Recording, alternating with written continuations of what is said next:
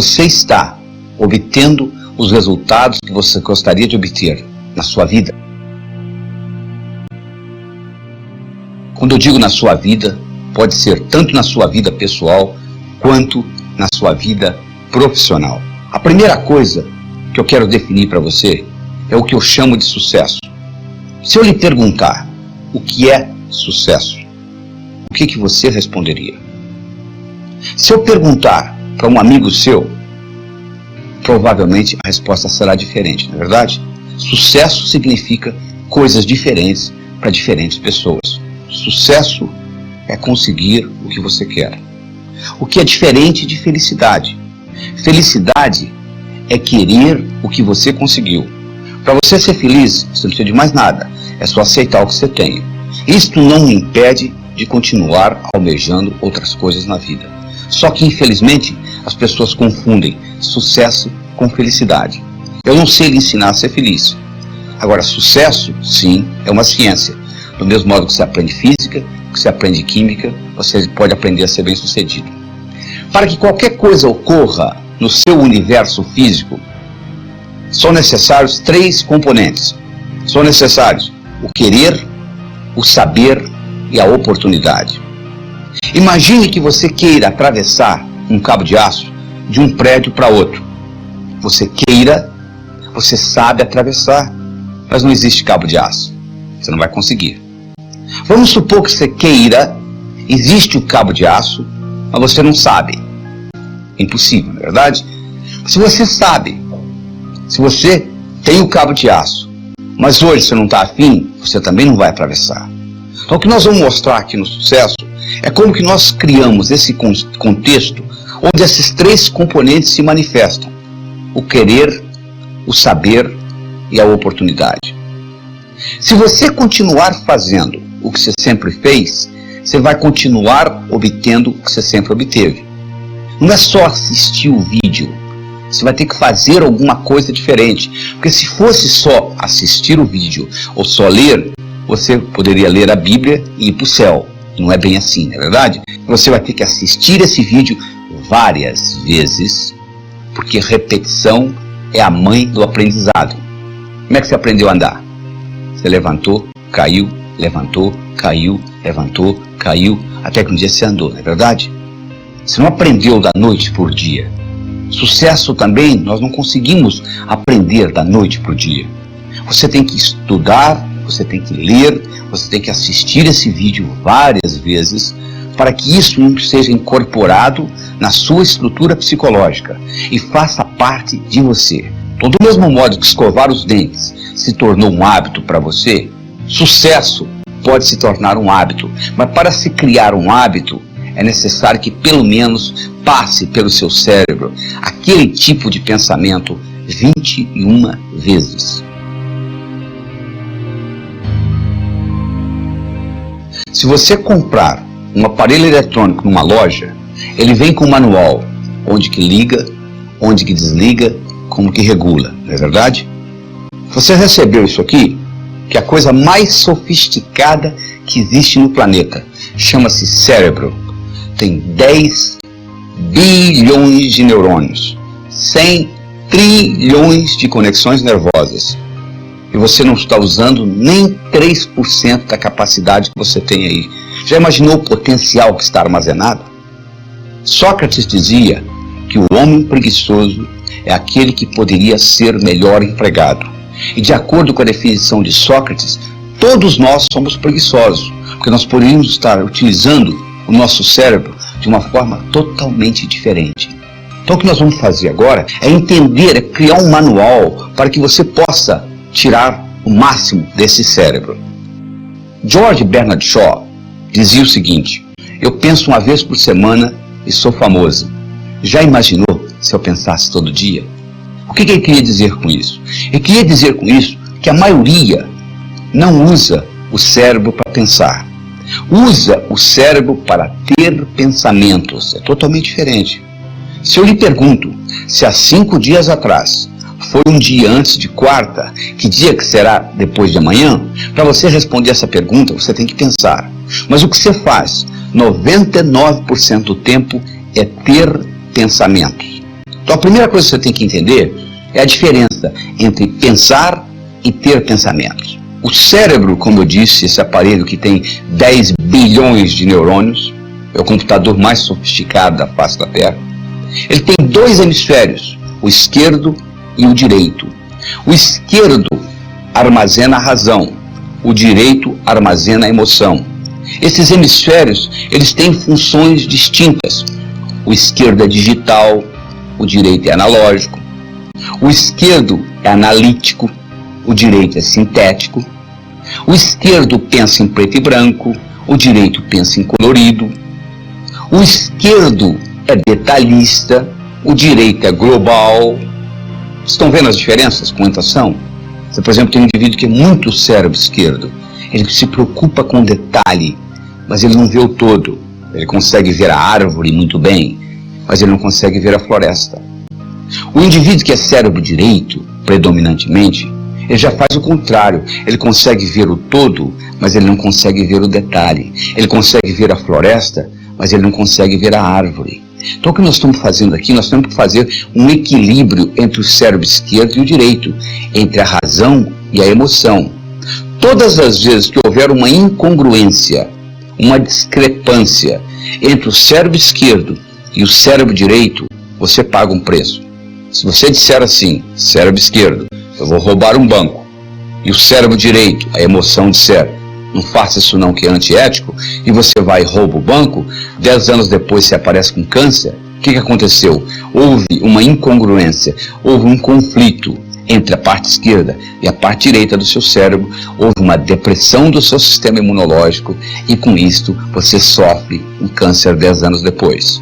Além disto, se você aprende a integrar esses dois lados do cérebro, é como um passarinho. Um passarinho para voar precisa de duas asas. Você nunca vai encontrar um passarinho voando com asa só. O indivíduo, para ser bem sucedido na vida, ele tem que aprender a trabalhar com os dois lados do cérebro. Se ele é só cérebro esquerdo, é aquele indivíduo que você conhece, que é inteligente, sabe cálculo, sabe matemática, trabalha numa lojinha no centro da cidade, é o caixa lá, e lá vai ficar a vida inteira. Por outro lado, o indivíduo que só trabalha com o cérebro direito é aquele indivíduo muito criativo, com grande imaginação, que não implementa nada que ele imaginou. Van Gogh pintou 1.600 quadros, vendeu um, viveu e morreu na miséria. Na verdade, ele tinha um cérebro direito muito evoluído, mas ele não tinha o discernimento necessário para vender os quadros e ter uma boa vida. Então o que nós temos que fazer para ser bem sucedido é equilibrar esses dois lados do cérebro. Do mesmo modo, para nós podermos assimilar o conhecimento, se nós assimilamos com os dois lados do cérebro, faz uma diferença muito grande. Tudo aquilo que você aprendeu só com um lado do cérebro, você esquece. Se você fizesse aquela prova que você fez para passar no vestibular, ou para entrar no colegial, ou aquela prova de ginásio que você tirou 10, se você fizesse aquela prova novamente hoje, você não tiraria a mesma nota, não é verdade? Mas se você sabe nadar, e tem 10 anos que você não nada, se você entrar na piscina, você nada. Se você sabe andar de bicicleta, e tem 10 anos que você não anda de bicicleta, se você montar numa, você anda, não é verdade? Por quê? Andar de bicicleta, nadar, você aprendeu com os dois lados do cérebro. E aquilo que você fez lá na escola, você aprendeu com um lado só do cérebro. Por isso que você esqueceu. Então o que você faz? Você passa a vida inteira aprendendo, esquecendo, aprendendo, esquecendo, aprendendo, esquecendo. Mas mesmo assim, aprendendo e esquecendo, você está melhor do que aquele indivíduo que não aprendeu, não é verdade? Porque o conhecimento você esqueceu, mas sobrou alguma coisa. Sabe o que sobrou? A sua habilidade de pensar. Como é que você usa o seu cérebro para melhorar o seu discernimento, para você poder fazer decisões de uma forma melhor. Tem gente que tem dificuldade para fazer decisões. O indivíduo não consegue decidir entre uma coisa e outra. É como se uma parte do cérebro queria uma coisa, outra parte do cérebro queria outra. E ele acaba não decidindo por nenhuma das duas. É o sujeito que chega na sorveteria e não sabe se ele quer o sorvete de baunilha ou de chocolate. Baunilha ou chocolate, ele acaba pedindo framboesa, porque ele não consegue decidir entre uma coisa e outra. E isso é muito importante se aprender na vida, porque a sua vida você está fazendo constantes decisões. E outra coisa importante que você tem que entender como o cérebro funciona, existe uma lei universal chamada lei do aumento. Tudo aquilo que você concentra, aumenta. É assim que o cérebro funciona. Se você se concentrar nos seus problemas, eles vão aumentar. Se você se concentrar na solução dos seus problemas, a solução aumenta. Então é muito importante você focalizar onde você quer gastar a sua energia. Henry Ford dizia, se você pensa que você pode, ou se você pensa que você não pode, de qualquer jeito você está certo. Porque uma vez que você está trabalhando com as suas crenças, você está sempre certo. Você já notou que você está sempre certo? É sempre você certo, a outra pessoa que não consegue entender? Porque você está partindo de um princípio que está codificado no cérebro. À medida que você começa a mudar essas percepções, você vai entender que percepção é realidade e tudo mais é ilusão.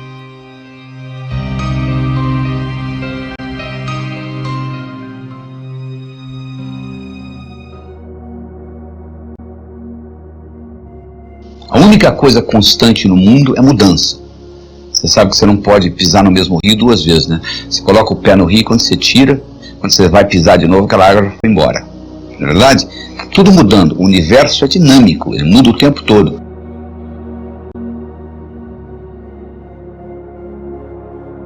Você conversa com uma pessoa hoje, você encontra com essa mesma pessoa daqui a um mês, você mudou, ela mudou. Só que o problema é que você continua tratando-a como se ela não tivesse mudado, e vice-versa. E aí cria o problema. Por que nós fazemos isso? Porque nós somos animais de hábitos. Nós criamos hábitos e continuamos perpetuando esses hábitos. Eles fizeram um estudo e mostraram que você de manhã, quando escova os dentes, se você escova hoje 35 vezes a escova no dente, amanhã você vai escovar 37, 34, por aí. Ou seja, até nesses pequenos detalhes você mantém esse hábito. E um pensamento, uma vez pensado, ele se torna eterno, sabia? Ele vira hábito. A não ser que você pare e repense. Porque existem hábitos positivos que lhe ajudam e vale a pena tê-los. Você tem um hábito, por exemplo, de fazer ginástica, ótimo. Isso vai manter o seu corpo jovem por muito tempo. Agora, se você tem um hábito, por exemplo, de fumar, você está lhe prejudicando. Cada cigarro que você fuma diminui a sua vida a 14 minutos. E você não leva 14 minutos para fumar um cigarro. A nicotina contida num cigarro é suficiente para matar 2 rãs. Então você começa a pensar o seguinte: quais são os hábitos que eu gostaria de mudar durante esse curso? Começa a pensar nisso. Aí você vai dizer, mas eu não tenho força de vontade para parar de fumar. Não, não é força de vontade. Força de vontade é uma coisa consciente. Nós vamos muito mais fundo do que isso. Nós vamos trabalhar com motivação. Aliás, nós vamos trabalhar com automotivação. Porque força de vontade é aquilo que você faz no dia 31 de dezembro. Você fala, no próximo ano eu vou fazer isto, eu vou fazer isto, eu vou fazer isto. Quanto tempo isso dura? Quase nada, não é verdade? Agora, se você está automotivado, a história é totalmente diferente. Você vai fazer acontecer. É isso que nós vamos provocar aqui. Nós vamos provocar uma automotivação para o sucesso. Porque nós vamos aprender com gente que sabe. Existiu nos Estados Unidos um indivíduo chamado Andrew Carnegie. O Andrew Carnegie era, na época dele, o que o Bill Gates é hoje. O que o Bill Gates é para a era da informação, Andrew Carnegie foi para a era da industrial. O Andrew Carnegie era tão rico que ele deixou o dinheiro para construir o Carnegie Hall em Nova York. Ele deixou o dinheiro para construir a Carnegie Mellon University nos Estados Unidos. E o senhor Andrew Carnegie, um dia, num momento de reflexão, ele teve um insight. Ele disse, eu vou deixar muito dinheiro para o mundo, como de fato ele deixou. Mas eu gostaria de deixar para o mundo mais do que dinheiro. Eu gostaria de deixar essa habilidade que eu tenho, que tudo que eu coloco a mão vira ouro. Então ele resolveu criar a chamada ciência do sucesso, o que faz um indivíduo bem-sucedido. Como ele era um indivíduo muito ocupado e não tinha tempo para fazê-lo, ele contratou alguém que o fizesse. Ele estava procurando alguém. Uma noite, numa festa, ele conheceu um jovem de 19 anos de idade, de nome Napoleon Hill. Ele ficou impressionado com a inteligência desse jovem e ele propôs para esse jovem trabalhar durante 25 anos desenvolvendo a ciência do sucesso. Napoleon Hill foi para casa, pensou no assunto e resolveu aceitar o desafio. E durante 25 anos, Napoleon Hill teve a oportunidade de entrevistar 16 mil pessoas. Das 16 mil pessoas que ele entrevistou, 1.000 eram milionários. Dos 1.000 milionários, ele selecionou 500, que além de terem dinheiro, tinham saúde, boa vida familiar, paz de espírito, etc. E ele estudou profundamente as características desses indivíduos e comparou com o resto. Então isso que nós estamos apresentando para vocês aqui não é só uma experiência pessoal nossa. Isso é uma combinação da nossa experiência, porque se eu não fosse bem sucedido na minha vida, eu não mereceria estar aqui passando esse conhecimento para você, mas também conhecimento de outras pessoas que estudaram, que pesquisaram e que desenvolveram esse aspecto e que descobriram que essas características, elas têm que ser inconscientes. Elas têm que estar no seu inconsciente. O seu inconsciente tem que estar impregnado com elas, porque aí sim você vai se automotivar, aí sim você vai mudar os seus hábitos, e uma vez mudados os hábitos, você pode praticamente colocar no piloto automático e a coisa vai acontecer. Só que as pessoas, de um modo geral, o que elas fazem? Elas se escondem no passado ou se escondem no futuro. É muito fácil você se esconder no passado. Você reclama que você é do jeito que você é por causa das circunstâncias da sua infância, do modo que seu pai lhe batia, a sua mãe te tratava, etc. Ou você pode se esconder no futuro, se preocupar com as coisas que vão acontecer. Você já prestou atenção na palavra preocupar? Pré-ocupar. O que é pré-ocupar? É você ocupar a sua mente antes da hora. Se a sua mente estiver ocupada, você não tem tempo de pré-ocupar. E como é que você ocupa a sua mente? Se comprometendo em fazer uma diferença na sua vida. Então a única coisa que eu exijo de você aqui é para você se comprometer e utilizar esse material para mudar a sua vida. Não é se envolver com ele não, é se comprometer, é muito diferente. Se você hoje de manhã teve no café da manhã ovos com presunto, a galinha que botou os ovos estava envolvida no seu café da manhã. O porco estava comprometido. Ele deu a vida pelo presunto, para ser transformado em presunto. Você entende a diferença? Então você tem que se comprometer, você tem que repetir muitas vezes, até que isso se torne uma parte de você. Você está lembrado quando você escuta uma piada nova? A primeira vez que você conta essa piada, você diz, fulano contou, e você repete a piada. A segunda vez você já diz, alguém contou, você repete a piada. Na terceira vez a piada vira sua, não é verdade? Você já não diz quem lhe contou mais, fica sendo a sua piada, porque já tem as suas características. Então o que você vai fazer com esse material? Você vai incorporando esse material no seu inconsciente, os seus hábitos vão mudando, a sua motivação vai aumentando, o seu inconsciente fica impregnado disso, a sua estrutura psicológica, e você deixa de se esconder no passado ou se esconder no futuro e você utiliza o aqui e agora. Porque a vida ocorre no aqui e agora. No seu cérebro não existe futuro. Sabia disso? Você já acordou amanhã? Não. É sempre hoje. Exatamente isso.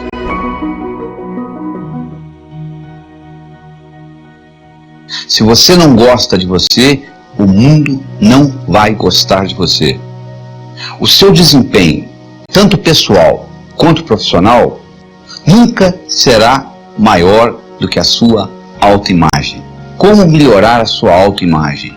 Como melhorar a sua autoestima? Até a idade de 8 anos, você recebeu aproximadamente 100 mil nãos. Não faça isso, não faça aquilo, não faça aquilo. Crianças com 4 anos de idade, microgravadores colocados na orelha para escutar, gravar o que elas escutam em 24 horas, para cada elogio, elas receberam 9 repreensões. Então o que acontece? A sua autoestima, que nasceu direitinho, ela começa a ser lesada. Você tem que continuar vivendo. Então, como mecanismo de compensação, você faz compensações e que leva a deformações. Adolf Adler, discípulo de Sigmund Freud, Dr. Adler dizia, toda compensação traz uma certa deformação. Conclusão, você passa a ter 2 personalidades. Uma que você apresenta para os outros e a outra que é a sua, lá que você não quer mostrar para ninguém. E você gasta uma energia vital enorme tentando separar uma da outra. E isso tudo é codificado linguisticamente. E existe uma conversa dentro da sua cabeça o tempo todo, chamado self-talk, que determina isso. E eu vou lhe provar isso agora. Imagine a seguinte situação. Imagine que eu colocasse aí onde você está assistindo esse vídeo, uma tábua de 40 centímetros de largura e 10 metros de comprimento. Eu colocasse no chão. E solicitasse que você andasse nessa tábua, de um lado para o outro. Você conseguiria? Provavelmente sim, não tem problema nenhum andar de um lado para o outro. Agora eu pegaria essa tábua e colocaria essa tábua entre os dois prédios Twin Towers do World Trade Center em Nova York, os dois prédios mais altos de Nova York, 400 metros acima do solo, 108 andares. E agora eu solicitaria que você atravessasse essa tábua de um lado para o outro. Você faria? Provavelmente não. Mas fisicamente você consegue fazer. Você não fez lá, não andaria no chão? O que acontece? Imediatamente vai aparecer no seu cérebro o chamado self-talk. Olha, você vai escorregar, você vai cair, vai ventar. Não é verdade? Você nunca deixou de fazer nada na vida porque o seu peito doeu, ou porque o seu braço doeu, ou porque a sua perna doeu. Você deixou de fazer alguma coisa na vida porque alguma coisa aconteceu aqui dentro do seu cérebro. Não é verdade? Pois é, isso tem muito a ver com a codificação que você tem da sua autoestima. Porque essa autoestima foi gerada através do seu crescimento, do seu desenvolvimento. Nos primeiros 7 anos de vida, você não tinha capacidade cognitiva. O seu cérebro funcionava como se fosse uma esponja. Você estava consciente, mas você não estava consciente que você estava consciente. Essa é a verdade. Então a religião que você tem, os preconceitos, as suas crenças com relação a dinheiro, a Deus, a amor, a saúde, a velhice, tudo isso foi codificado nos primeiros 7 anos de vida. Dos 7 aos 14, você entrou na fase de modelação. Você começou a modelar os outros. Você começou a copiar o comportamento das pessoas. Se a sua mãe dizia, não minta, mas você ouvia ela mentindo para o vizinho, você chegava à seguinte conclusão, mentir é válido. Ou seja, você incorporava o comportamento e não o que as pessoas estavam dizendo. E você começou a fazer julgamentos. Por volta dos 14 anos, você entrou na terceira fase, que é a chamada fase de socialização. Você começou a se socializar com os outros. E teoricamente, somente teoricamente, você completou isso por volta dos 21 anos. Eu digo teoricamente que eu encontro pessoas com 50 anos de idade que ainda não saíram de casa emocionalmente. O pai já morreu, a mãe mora a 2.000 quilômetros de distância, mas a pessoa ainda não saiu de casa emocionalmente. Então nós temos que voltar lá e reestruturar essa criança, que nunca tem mais do que 7 anos de idade. E como que isso foi estruturado neurofisiologicamente? Do seguinte modo, na base do seu cérebro, você tem uma estrutura chamada substância reticular ativadora ascendente, que é abastecida pelo saldo exergônico do bioquímico celular. Estou falando difícil. O que é isso? Significa que se eu levanto a mão, eu libero mais energia do que é necessário para levantar a mão. Parte dessa energia vai pelo sistema nervoso e ativa essa substância que ativa o cérebro. Então o seu cérebro se mantém acordado graças à substância reticular ativadora ascendente. A segunda função da substância reticular ativadora ascendente é funcionar como se fosse uma secretária executiva do seu cérebro. O seu cérebro não pode prestar atenção em mais do que 5 a 9 coisas de cada vez. Você não estava prestando atenção no dedão do seu pé direito, até que eu falei, nem tampouco na ponta do seu nariz, nem no lóbulo da orelha esquerda, e assim por diante. Porque você não pode prestar atenção em tudo isso, no que eu estou falando, na temperatura da sala. Opa, peraí, tem que ter uma prioridade. E a substância reticular ativadora ascendente estabelece essa prioridade. Quem estabelece para ela? O cérebro. O cérebro diz, isso é importante, eu quero ver, isso não é importante, eu não quero ver. Então as suas crenças foram codificadas e o cérebro diz para a substância reticular, é isso aí. Então imagina uma menina com 12 anos de idade abusada sexualmente. Ela chega à seguinte conclusão, homem não presta. O cérebro dela diz para a substância reticular, então se você encontrar um homem que não presta, eu quero saber. Quando você encontrar um que não presta, eu não quero ver. E daí para frente, o que é que ela vai encontrar na vida? Homens que não prestam. Então com isso se perpetua. E você então passa a ter a sua vivência de acordo com as suas crenças, de acordo com a sua autoestima. Está entendendo como a coisa funciona? Se você quiser mudar a sua vida, você tem que começar mudando a sua autoestima. Nós vamos trabalhar nisso aqui. Como é que você melhora a sua autoimagem? O que você precisa fazer para mudar essa autoimagem? O que você precisa fazer para modificar essa janela da substância reticular ativadora ascendente? E, consequentemente, mudar a sua percepção. Mudando a sua percepção, você muda a sua realidade. Porque as coisas são simples, as coisas são óbvias, não é verdade? Mas o óbvio só é óbvio para a mente preparada. Então nós temos que preparar essa mente. E como que nós preparamos? Mudando essa janela, mudando a sua percepção. É isso que nós vamos continuar fazendo, nós vamos continuar trabalhando nisso, porque esse é o primeiro passo para você ser bem-sucedido. Você tem que passar a gostar mais de você, você tem que mudar esse self-talk, essa conversa que você tem com você.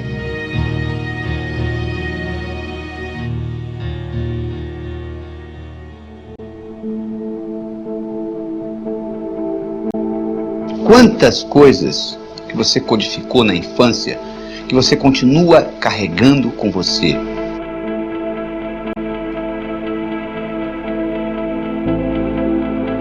Sabe como é que eles treinam o elefante? Eles pegam uma corda, amarram no elefante, amarram numa árvore. Ele tenta sair e não consegue. Tenta sair e não consegue. Tenta sair e não consegue. Ele desiste. Isso quando ele é bebê. Aí ele cresce pensando que ele está amarrado numa árvore. Quando ele já é adulto, o palhaço amarra uma corda nele, amarra na perna do tamborete, da cadeira lá, ele continua pensando que está amarrado numa árvore. Nós podemos fazer a mesma coisa com pulgas. Você coloca a pulga dentro de um jarro, fecha o jarro, a pulga não gosta de ficar dentro do jarro, ela pula, volta, ela bate na tampa do jarro, até que ela começa a se machucar, ela começa a pular um pouquinho mais baixo. Depois que ela está fazendo isso, você vai lá e tira a tampa do jarro, ela nunca mais pula fora do jarro. Você não está acreditando? Faça experiência em casa. Você não precisa fazer experiência em casa, é só olhar no espelho. Quantas coisas que você codificou na infância que você continua carregando com você, que são totalmente obsoletas. Então o que nós vamos fazer agora é avaliar o que nós precisamos modificar dessa codificação. Nós somos animais linguísticos. Linguagem nos diferencia dos outros seres e nos faz humanos. Nós temos dois tipos de linguagem.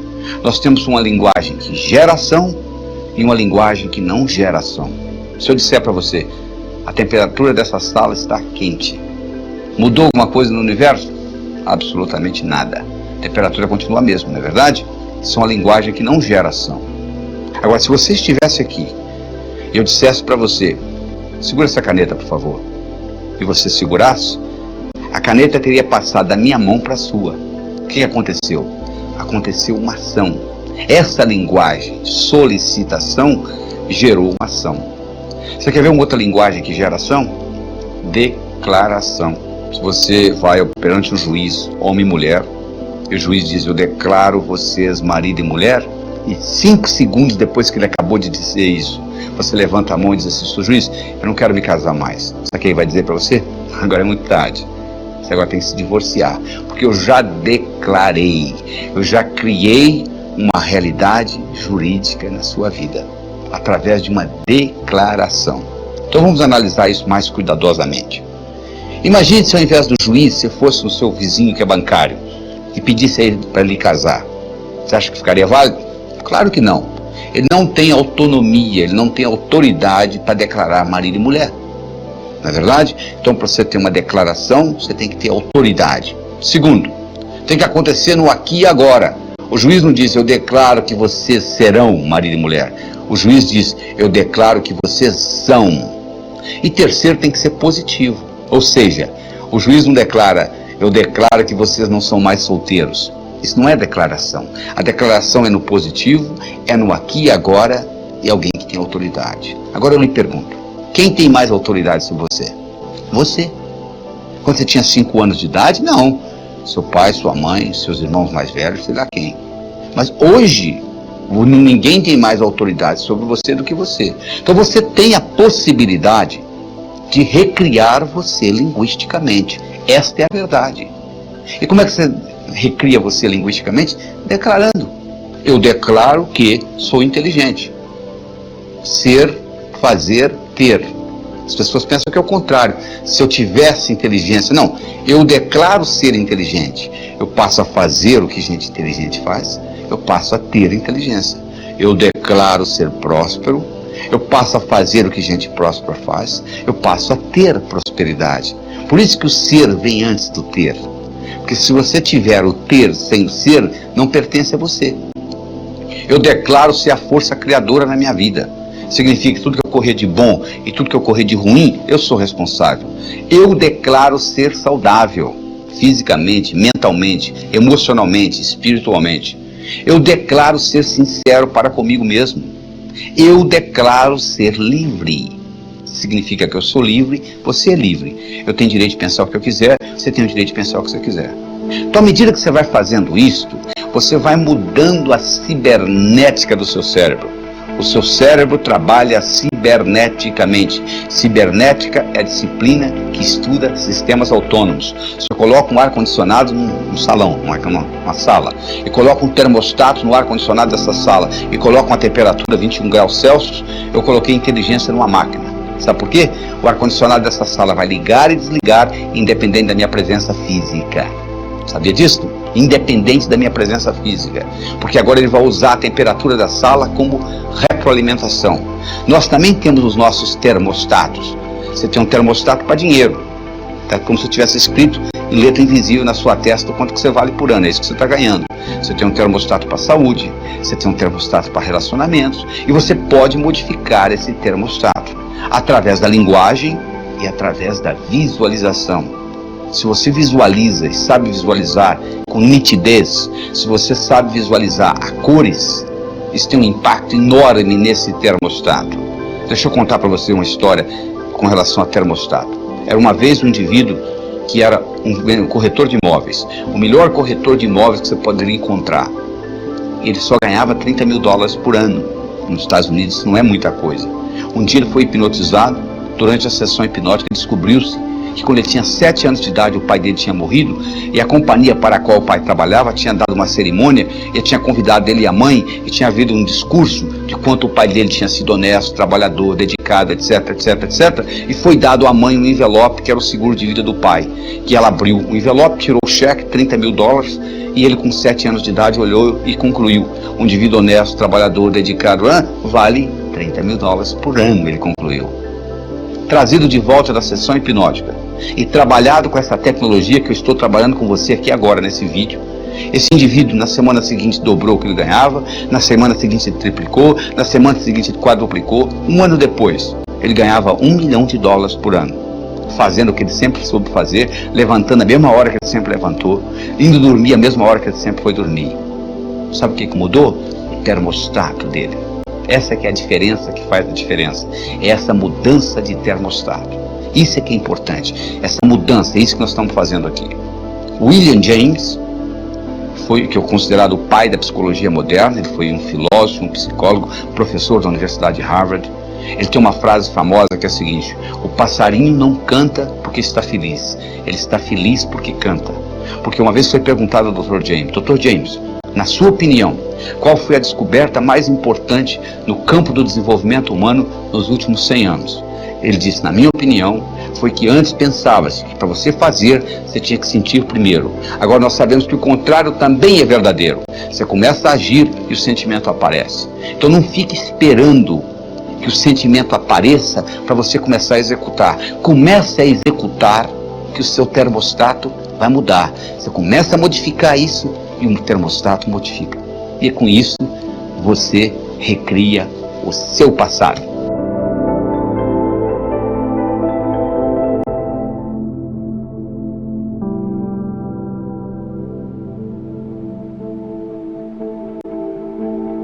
Paradigma, eis a questão.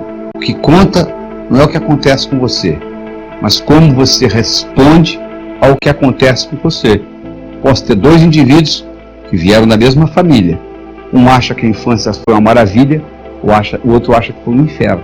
Não é verdade? O que conta não é a sua experiência, é como você reage à experiência que você tem.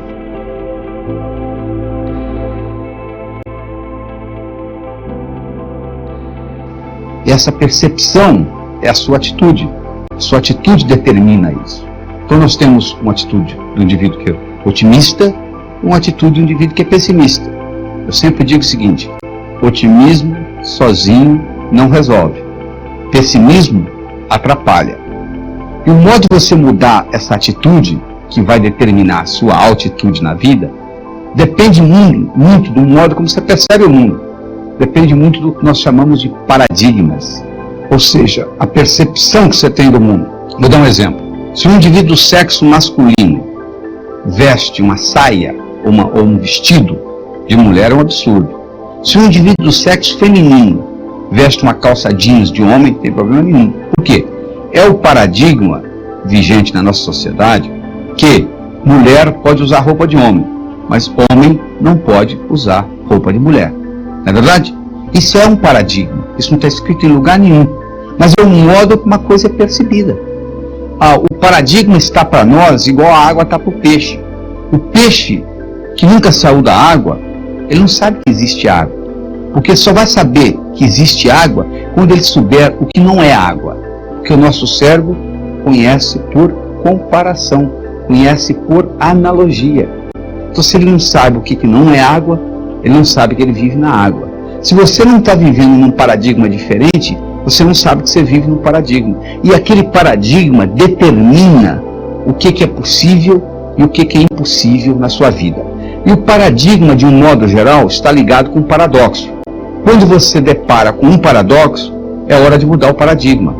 Niels Bohr, que é um físico dinamarquês que ganhou o prêmio Nobel por causa da estrutura do átomo, ele tem uma frase que ele diz o seguinte: que bom que nós encontramos um paradoxo. É sinal que nós estamos prestes a descobrir um novo paradigma. Quando a situação se torna paradoxal, o único jeito que você tem é criar novos paradigmas. E os paradigmas vão se tornando obsoletos. Essa que é a realidade. Então, na época das carruagens, ganhava dinheiro quem fabricava carruagem, quem fabricava roda de carruagem. Depois que o Henry Ford introduziu o modelo T, todo mundo passou a andar de carro, não adianta você fabricar roda de carruagem mais. Hoje você tem que fabricar pneu, não é verdade? Porque houve uma mudança no paradigma. E isso aí vai determinar o modo como você vive. Vou dar um exemplo muito simples. Houve uma época que o mundo era chato. Até que Nicolau Copérnico matematicamente provou que o mundo era redondo, e Cristóvão Colombo comprovou. Quando o mundo era chato, era impossível você fazer uma viagem de volta ao mundo no mundo chato. Quando o paradigma é do mundo redondo, agora você pode fazer uma viagem de volta ao mundo. Ou seja, quando há uma mudança de paradigma, há uma multiplicação de possibilidades. Ou seja, aquilo que era impossível na sua vida, com a mudança de paradigma, passa a ser possível. Mas só que a nossa tendência é continuar com os paradigmas antigos. A Suíça dominou o mundo de relógios durante muito tempo.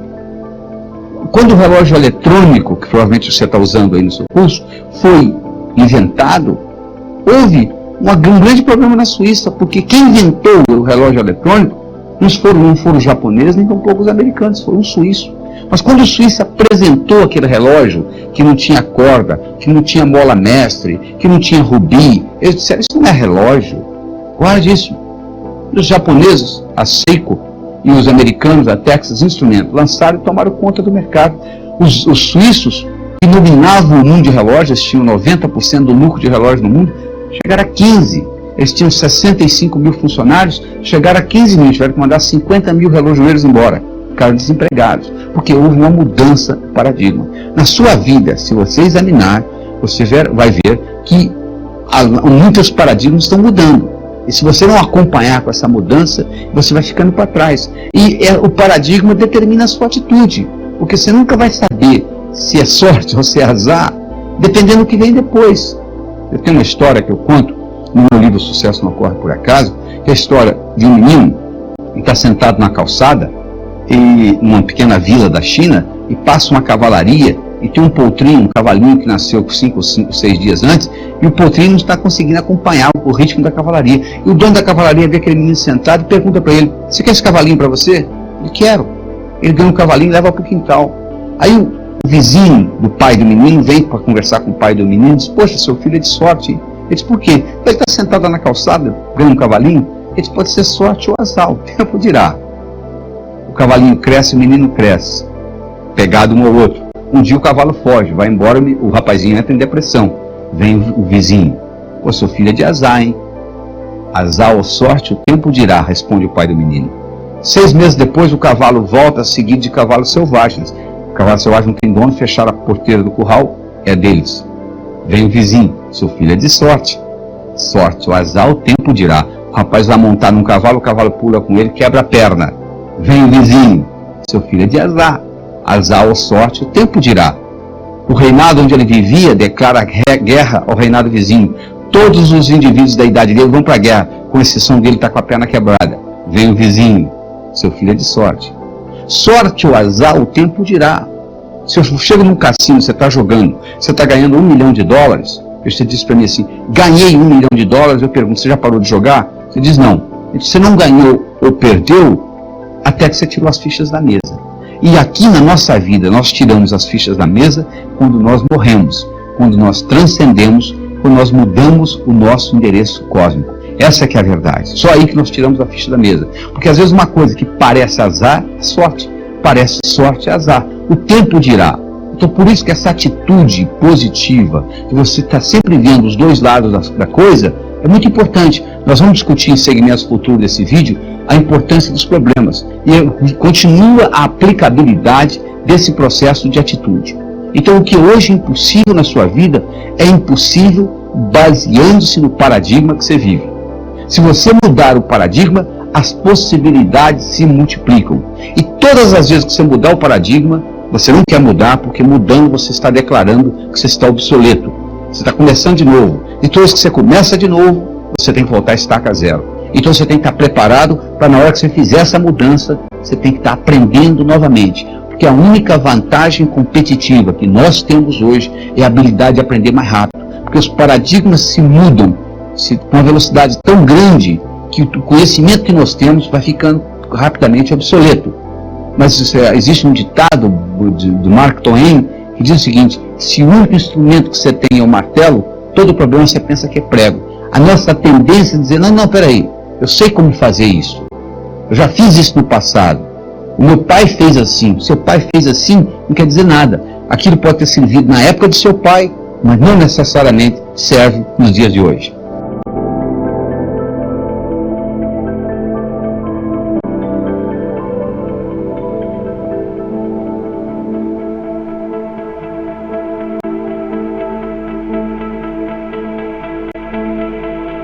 Destruindo seus fantasmas, ou seja, aqueles complexos de inferioridade, aquilo que aconteceu com você no passado, que você vem trazendo com você para o futuro.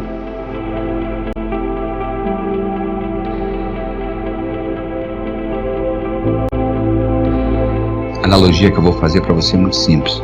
Você imagina um jarro cheio de balas, tem balas amarelas, balas azuis, balas verdes. Imagine que essas balas representem o seu passado. Imagine que as amarelas representem aquelas balas que você não gostaria dentro do jarro. Ou seja, coisas que ocorreram com você que foram traumáticas. Como é que você elimina isso de dentro do jarro? Ora, você pode ir lá e pegar uma por uma e jogar fora. Chama-se terapia. Funciona? Claro que funciona. Qual o outro jeito? Você começa a colocar outras sob pressão e automaticamente as amarelinhas sairão do jarro, não é verdade? O que é colocar outras sob pressão? Coloca outras de outras cores. Você coloca outros sonhos, outras realizações, e você começa a preencher a sua vida, novas visões. Para fazer isto, você tem que entender que o contexto onde você vive é muito importante. Se você quer aprender a voar com águias, você não pode viver em terreiro de peru. Já é difícil nadar contra a correnteza, principalmente com peso no pescoço. Quer dizer, às vezes você tem amigos que puxam você para baixo. Você tem que tomar cuidado com isso, porque do contrário você não vai conseguir fazer essa evolução que nós estamos discutindo aqui. Talvez você tenha que se livrar dessa amizade. Talvez esteja ali prejudicando. Você tem que avaliar, porque a vida é sua. Eu gostaria de apresentar para você agora um modelo psicológico que vai lhe ajudar muito. O modelo é o seguinte: pensamento gera sentimento, que gera comportamento. Se eu lhe perguntar qual foi o pior dia da sua vida, você vai começar a pensar em coisa triste, você vai começar a se sentir triste, daqui um pouquinho você está chorando, não é verdade?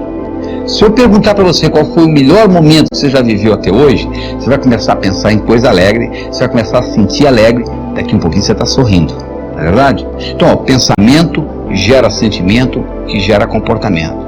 Você vai dizer, não é o meu caso. Eu, quando me dou conta, já estou gritando com a minha mulher. Bom, sabe por que você está gritando? Porque o pensamento, o sentimento aconteceu tantas vezes que isso ficou no automático. Então você trabalhando com esse processo, pensamento, sentimento, comportamento, você vai ver que você tem controle da sua vida. Porque a única coisa que você tem que controlar realmente hoje são os seus pensamentos. Só que você tem 50 1000 pensamentos por dia. E os estudos mostram que a maioria, 95% dos pensamentos são negativos. Ou seja, e além disso, sabia mais? 85% dos pensamentos que você tem hoje, você já pensou neles ontem. Ou seja, viram uma constante. Por exemplo, tem gente que carrega sentimento de culpa a vida inteira, de uma coisa que fez quando tinha 5 anos de idade. Eu me lembro de um caso de uma moça com 35, que ela carregava um sentimento de culpa quando ela tinha 6 anos. A mãe dela pôs ela tomando conta da irmã que tinha 3 e saiu. E a irmã teve um acidente e ela se sentia culpada. Com 35 anos de idade, ela carregava essa culpa, esse sentimento de culpa. Eu quero que você avalie o seguinte: quais são os sentimentos de culpa que você está carregando? Aquelas balinhas amarelinhas que tem lá. Ou você pode até carregar ansiedade. Só que culpa é um sentimento do passado. A ansiedade é um sentimento do futuro. Você não se sente culpado por uma coisa que ainda não aconteceu. E você não se sente ansioso por uma coisa que já aconteceu. Então, se você aprende a viajar no tempo, como nós falamos no vídeo passado, se você aprende a viajar no tempo, você pode fazer o futuro virar passado e o passado virar futuro. E com isso, alterar essa dinâmica. A outra coisa importante para você diminuir essas amarelinhas é você perdoar. O perdão, antes de ser um sentimento de amor, é um ato de inteligência. Antes de ser um ato de amor, é um ato de inteligência. Porque só não perdoa quem é burro. Você diz assim: eu não vou perdoar o meu pai pelo que ele me fez. Eu pergunto: onde é que está seu pai? Ah, ele já morreu. Ele vai ficar muito sem dormir essa noite por causa disso. Não vai fazer diferença nenhuma para ele. Então essa falta de perdão é burrice. Porque quando você tem falta de perdão, você carrega no seu coração 24 horas por dia esse sentimento que vai prejudicar o seu pensamento, que vai prejudicar o seu sentimento, que consequentemente vai prejudicar o seu comportamento. Então eu tenho uma técnica que eu ensino, que é para você fazer como se você estivesse esculpindo você de novo, como se você fosse o arquiteto que estivesse recriando você. Nós já trabalhamos com isso em vídeos passados, mas uma coisa que você pode fazer, você escrever uma carta de amor para você. Então você pode começar uma carta dizendo assim: querido, querida, e é você mesmo. E você começa a descrever como se você estivesse apaixonado por essa pessoa. E nessa paixão você vai descrever as qualidades, os momentos difíceis, as culpas que essa pessoa tem, e etc. E nesse processo de você escrever essa carta, é você estar recriando você linguisticamente. Não adianta só você escutar o vídeo, não adianta só você achar interessante o que eu estou discutindo. Para isso realmente ter um impacto no seu dia a dia, para isso realmente mudar essa dinâmica de pensamento, sentimento e comportamento, faz necessário que você escreva essa carta. E uma vez escrita essa carta, você pode passá-la limpo, você pode colocá-la em um lugar onde você tem acesso a ela diariamente. Quando você estiver deprimido, quando você estiver triste, o melhor antidepressivo que eu conheço é ler essa carta. Não te dá dependência, não tem efeito colateral, não dá sonolência, nada disso. E ao mesmo tempo você está reforçando essas qualidades, e reforçando as suas qualidades, você está preenchendo com bolinhas, com balas de outras cores, e com isso você está destruindo os seus fantasmas.